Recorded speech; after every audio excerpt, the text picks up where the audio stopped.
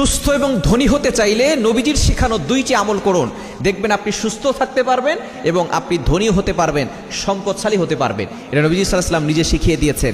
এই দুইটা আমলের মাধ্যমে কিন্তু আপনি আল্লাহর নৈকট্য অর্জন করতে পারবেন, দুনিয়া তো ভালো থাকতে পারবেন, আখিরাতও ভালো থাকতে পারবেন। সুতরাং আমরা আর কি চাই বলুন? দুনিয়া তো ভালো থাকবো, আখিরাতও ভালো থাকবো, আল্লাহর নৈকট্য অর্জন হবে।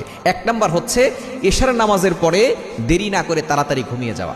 নবীজি সাল্লাল্লাহু আলাইহি ওয়াসাল্লাম এশার নামাজের আগেই খাওয়া দাওয়া করতেন এবং এশার নামাজ পড়েই তিনি দুনিয়াবি আর কোনো কাজ করতেন না, কিছু আমল করে তিনি সাথে সাথে ঘুমিয়ে যেতেন। আমরা কি করি? 12টা 1টা পর্যন্ত, অনেকে দেখা যাচ্ছে ফজর পর্যন্ত মোবাইল ব্যবহার করতে থাকি। অ্যান্ড্রয়েড ফোন আসার পরে আমরা অনেকেই কিন্তু নষ্ট হয়ে যাচ্ছি, আমরা রাতের বেলা ঘুমাই না। অথচ আল্লাহ তাআলা নিজে বলে দিয়েছেন সূরা নাবার ভিতরে, ওয়াজআলনাল লাইলা লিবাসা ওয়াজআলনান নাহারা মাআশা, আমি আল্লাহ তাআলা রাতটাকে করে দিয়েছি বিশ্রামের জন্য আর দিনটাকে করেছি কাজের জন্য। আর আমরা রাতে কাজ করি, দিনের বেলা ঘুমাই।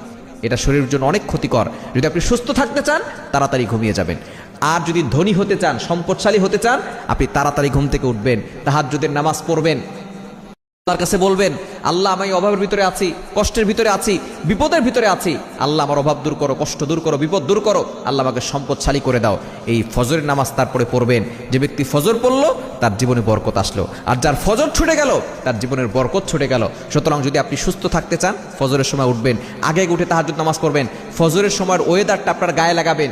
এই ওয়েদার আবহাওয়াটা যদি আপনার গায়ে লাগান, আপনার রোগ প্রতিরোধ ক্ষমতা বাড়বে, আপনি শক্তিশালী হতে পারবেন এবং আপনার বড় বড় রোগ থেকে আল্লাহ তাআলা আপনাকে হেফাজত করবেন।